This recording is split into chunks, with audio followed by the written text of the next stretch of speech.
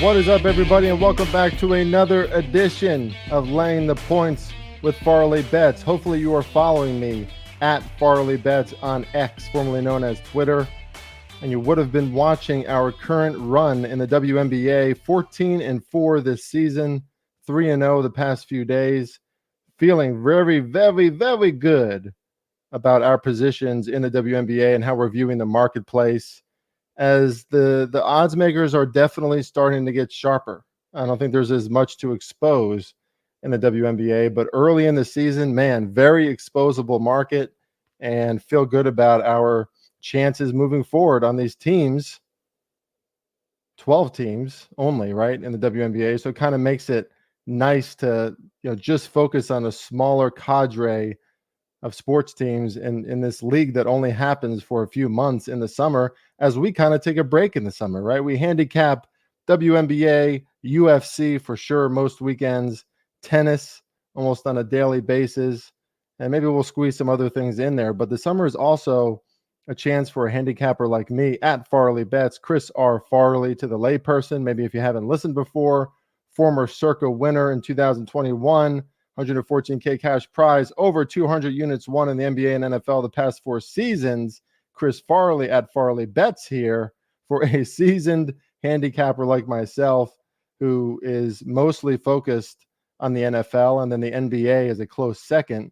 This is a nice 2-3 month period where we can prep for the upcoming NFL season and just take a little break, right? Get some respite in between those two major sports.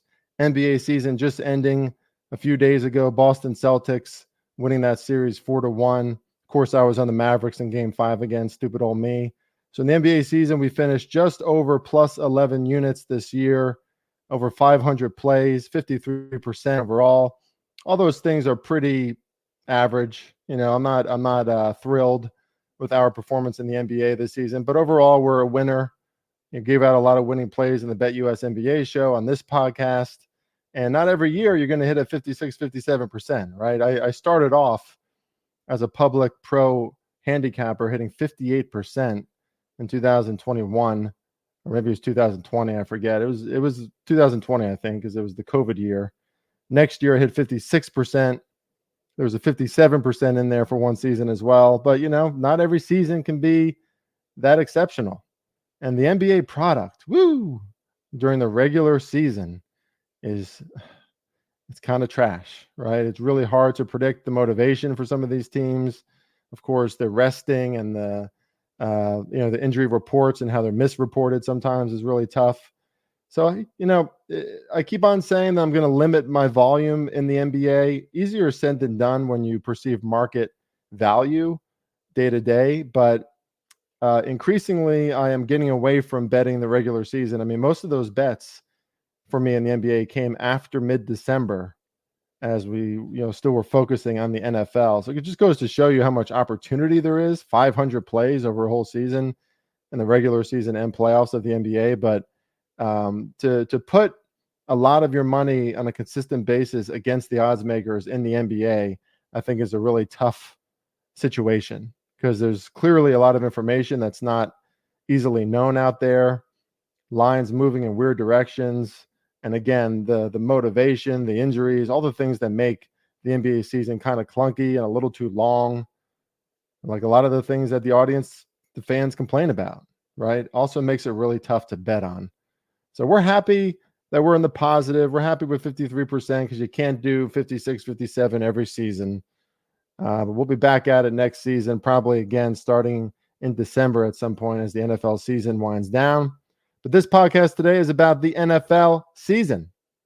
And as much as we are white hot in the WNBA right now, pay attention to the plays that I'm putting out.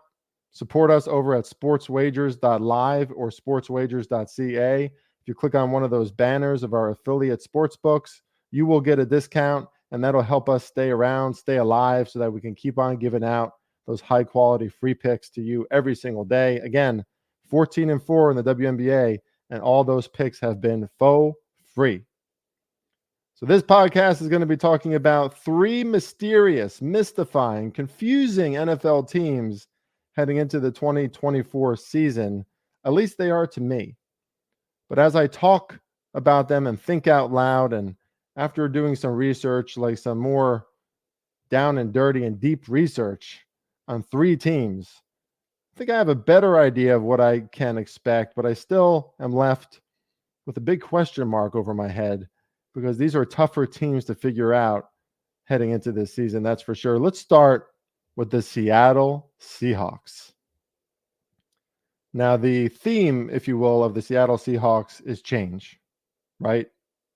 The biggest change is the departure of Pete Carroll, who was tenured for a long time there with the Seattle Seahawks, 10 postseason appearances, of course, a Super Bowl winner.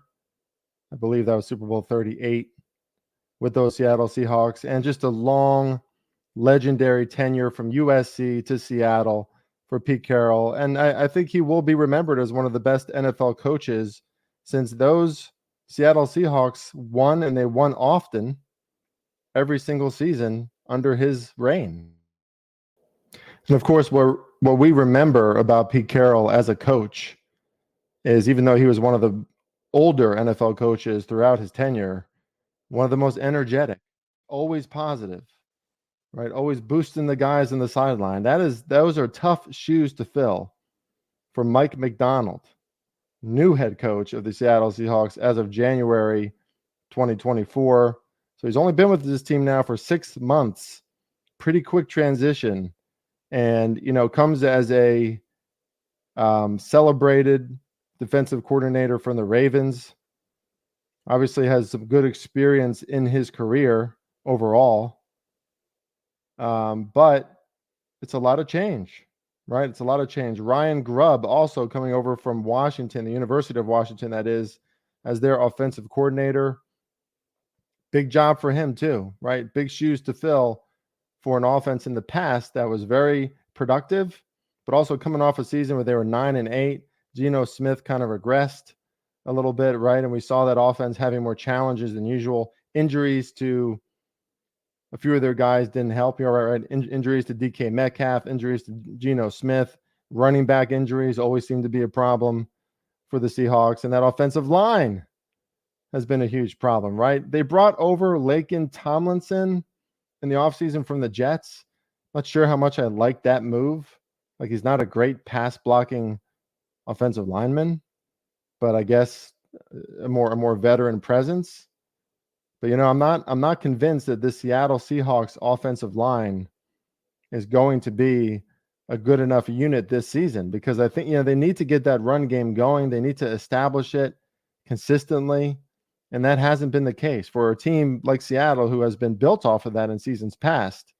And I know this is a new regime, but you got a coach like Mike Macdonald, Ravens defensive coordinator, probably going to want to play a lot of ball control, and that offensive line is going to have a lot of pressure on them to free up the play action, free up Geno Smith, and free up the run game so that their offense stays out there on the field. There's a big problem last year. The thing about the Seahawks, though, is they have a lot of guys, right? Like, they got key players in key spots. DK Metcalf, their number 1 receiver. Tyler Lockett, arguably the best number 2 receiver in the NFL. Jackson Smith-Njigba, second season now with the Seattle Seahawks, plans on, of course, they all say this, but he's talking about, playing even better, making a bigger impact this season. I like Noah Fant as their tight end, very solid tight end. Kenneth Walker III is a bruising running back, and Zach Charbonnet, I think it's Charbonnet. I say Carbonet. Who the hell knows? But he's a good pass catching running back coming out of the backfield. So they got good guys, right? They got enough talent at the skill positions, and we've seen Geno Smith do it before. We've seen him have a great season there in 2022. Leonard Williams coming over from the Giants, and their defensive line is a great pickup last season. Byron Murphy, the second guy that they drafted from Texas in the first round, led the NCAA in pressures. So if that defensive line can improve too, which has been another subject of, or another area of weakness for the Seahawks, that would be a big gain for them, right? They haven't been very formidable or consistent now for a few seasons. In that backfield of their defense, they have Devon Witherspoon, very legitimate guy who we saw last year make a lot of great plays, second year now Julian Love is good. Reek Woolen is good. They have a damn good backfield. Linebackers, defensive line, big question mark. And again, they're at 8.5 wins at most sports books right now. The over is plus money, under is juiced a little bit, which makes sense. But the thing is, I think the Arizona Cardinals improve. They got a good coach over there now too. They have Marvin Harrison Jr. coming over. The Kyler Murray, second year back from injury. And they picked up some good guys, arguably had one of the better drafts in the NFL. So I think Arizona improves. San Francisco will be there competing again at the top of the NFC. And I think the Rams improve. The Rams with a lot of young guys on defense getting better. The Rams with arguably the best wide receiver duo in the NFL. And a quarterback in Matthew Stafford, who in my mind is the best in the NFC, returning for another year. But without Pete Carroll, right, the stabilizer, the foundation for this franchise for over a decade, without Pete Carroll, I don't know if I can trust that the Seattle Seahawks are going to be a good team this year. And I damn sure wouldn't bet on over 8.5 for these Seattle Seahawks. I lean under, but still more confusion, right? And the confusion lies in something that's very important in the NFL, not always important in other sports. Like we're seeing increasingly the NBA. I don't know how much great coaches matter. Like sometimes they do, but you need the great players out there, right? You need the stars. In other sports, the same thing. But in football, especially in the NFL, head coaching and the coaching staff matters. And this is a huge change. So, of course, there's a chance that Mike McDonald and Ryan Grubb and the new administration over there comes in and they do a great job with this team, but it's a lot to ask. And I don't think we can make any, sweeping judgments about the Seahawks until we kind of see them on the field and see how their chemistry looks and see if there's any confusion with the new regime.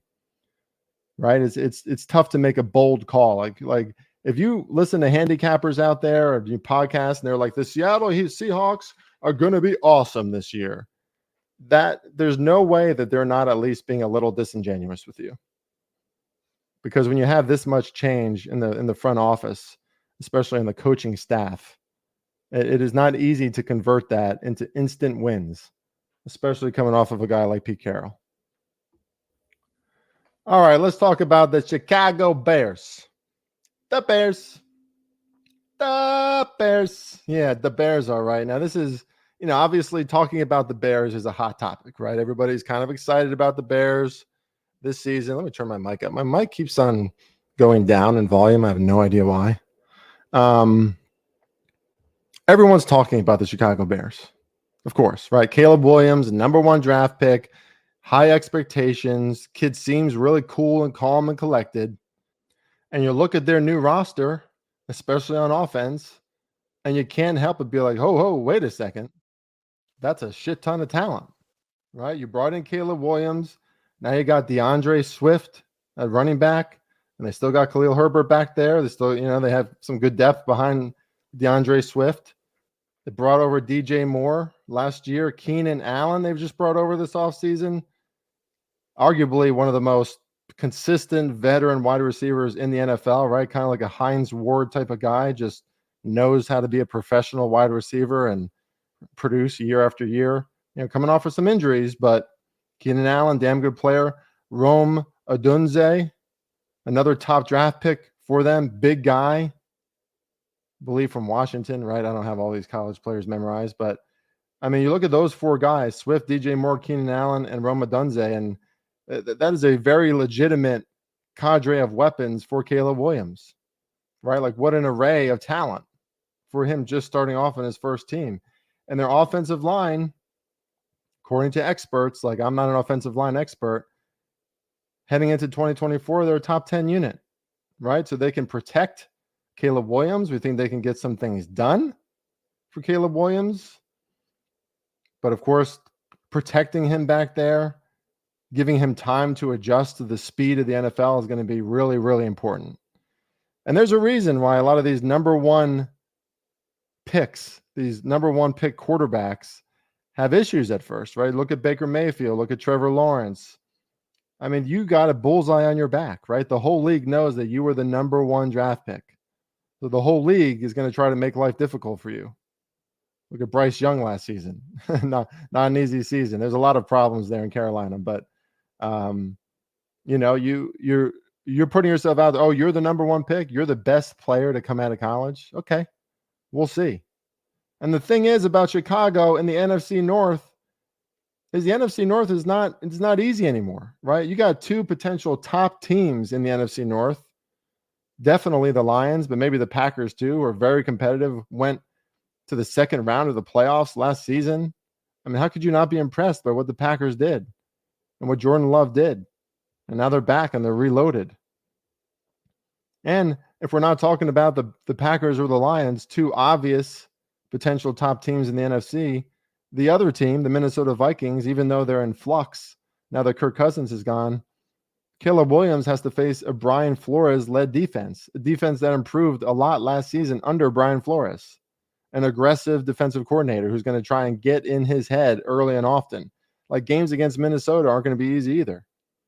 And then if you look at the other games on Chicago's schedule, Houston, Indianapolis, the Rams, the Jaguars in London, where the Jaguars are more comfortable than any other team, Washington, Arizona, San Francisco, Seattle. I mean, that could be 6 or 7 losses right there between those 8 other teams outside of their divisions. So we're talking about a potentiality or potential, whatever, of up to 14 losses against teams that could very well operate on a much higher level than the Chicago Bears when they see them. But now, on the other hand, because of all this talent that's been stacked up on offense, and by the way, their defense looks pretty damn good too, right? When we saw Montez Sweat come over there, we saw some defensive improvements right away. I mean, the last half of their schedule last season, their defense was a top 5 unit in some categories. Really good against the run, really stifling teams. They got some guys in their secondary, in their backfield on defense. So it's not like they don't have the talent. But we're talking about Matt Eberflus, defensive-oriented coach, who's theoretically leading all this change that's mostly on offense, right? A ton of movement on offense, including Shane Waldron, new offensive coordinator. Now, he came from the Belichick tree, the McVay tree. Okay, coming over from Seattle now, so he's dealt with a lot of different quarterbacks: Jared Goff, Russell Wilson, Geno Smith. More of a pocket passer, offensive guy, known for his helping Geno Smith improve the last few seasons. But again, it's a lot of change, right? It's a brand new team for him too. High-profile quarterback, number 1 in the draft. 9.5. Again, plus money to the over, juice to the under makes sense. I could only look at the under in that. I mean, especially, if you go over what I just did with their schedule, how tough their division is going to be. And then let's just break it down to like Houston, the Rams, San Francisco, and let's just say the Colts. I mean, those are 4 very realistic losses.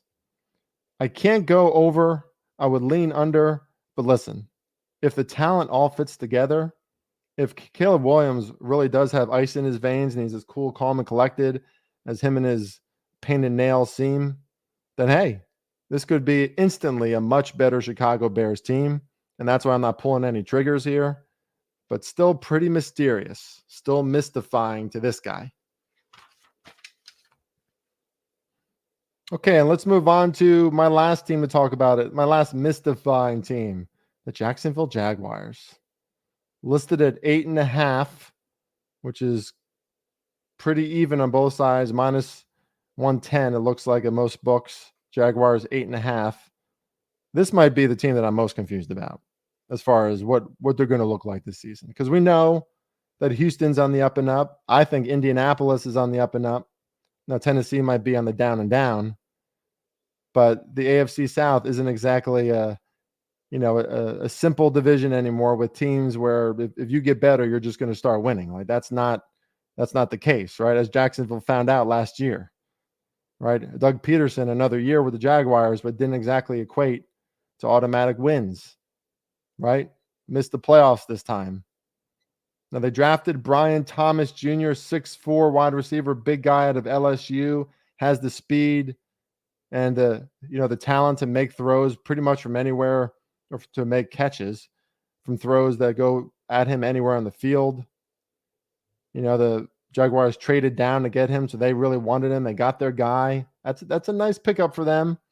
How about some other pickups? Eric Armstead, defensive tackle from San Francisco, when he's healthy, one of the best in the NFL. That should be a huge improvement for a defensive line that's been good, not great. Of course, Josh Allen, the defensive end Josh Allen, is still there, and he's been great. But he can use some help, and Eric Armstead is a guy that could truly help as long as he stays healthy.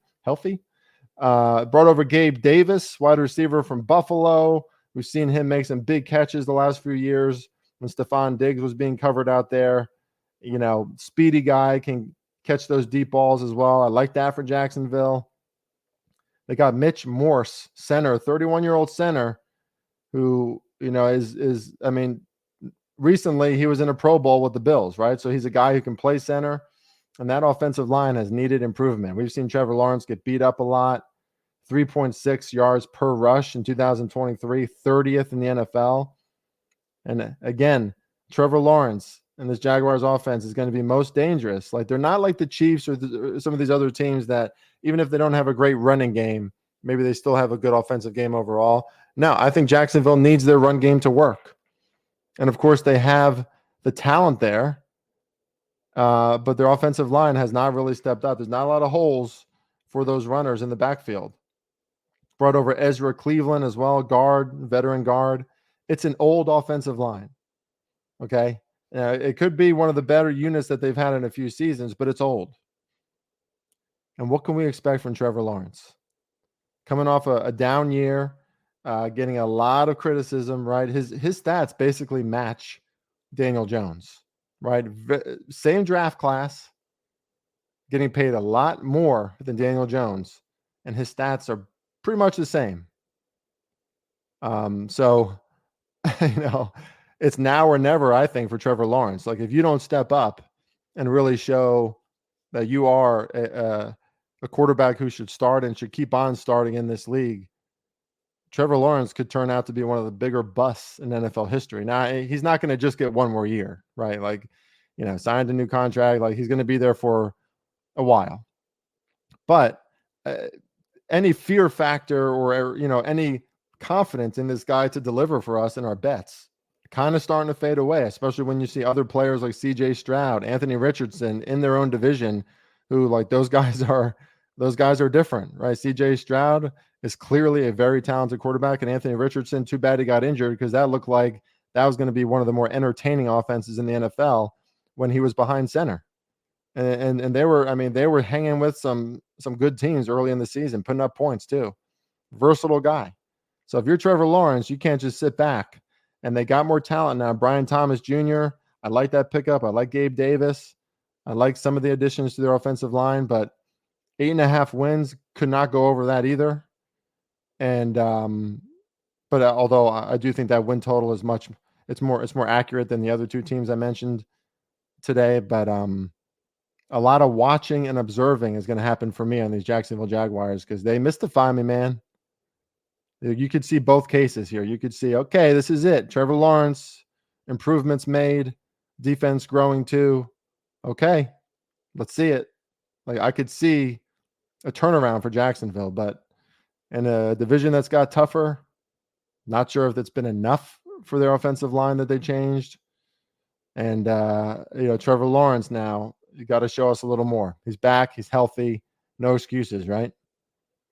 Jacksonville, Chicago, Seattle.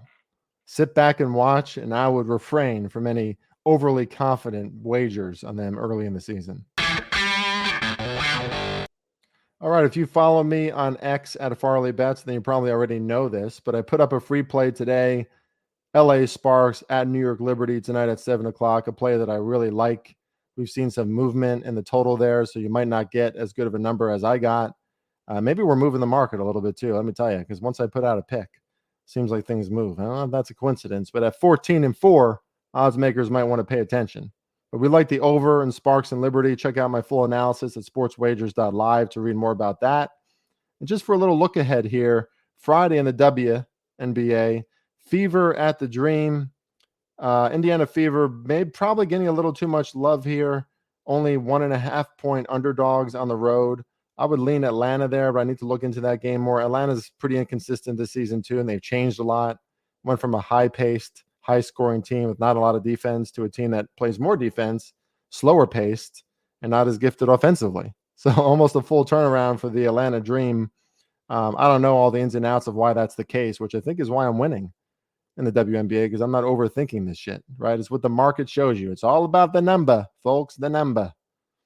And the Connecticut Sun face the Aces late tomorrow night on Friday. Aces getting 5.5 points at home in that one. That's probably right. And the Aces just got a big win. I believe they beat the Seattle Storm in their last game. Yeah, yesterday at home, the late game. I didn't have a play on that, but good win by the Aces to kind of overcome some really bad performances as of late. But, they got Asia Wilson, easily the best player in the WNBA. They are the champs from last season. I have a feeling they'll figure it out, but I'm probably going to stay away from that one because the Connecticut Sun are 13-1. I mean, they're doing something right. Their defense is very legit. We're seeing a lower total here than what we see in most Aces game at 162.5. I might think about going over in that one. I lean over just because Vegas at home can still score points. Connecticut might have to keep up. I mean, Vegas is the favorite for a reason. But at 7-6, this is an Aces team that isn't showing us the same elite qualities that they have in seasons past. And the Sun are pretty good. So I'm going to lean Connecticut Sun plus 5.5. Neither of those are official plays. No official plays just yet for tomorrow's card. But again, follow me at Farley Best to find out more about what positions, if any, I have on tomorrow's WNBA card. I'll have some UFC picks on Saturday, most likely. And I'll start to put out more and more tennis picks as we get closer and closer to Wimbledon around the corner in July. With that, at Farley Bets, everyone. I mentioned it a few times, so why not one more time? Follow me at Farley Bets. This is Chris R. Farley with Laying the Points with Farley Bets. We are a weekly betting podcast, mostly talking NFL now, heading back into this season in a few months. I cannot wait. Again, look forward to more guests. Thank you for listening. And if you want to support us at Farley Bets, either look at our sponsors there at Sports Wagers, or of course, hit me up on Venmo anytime. Love you all. Take care. Until next time, let's win some damn money.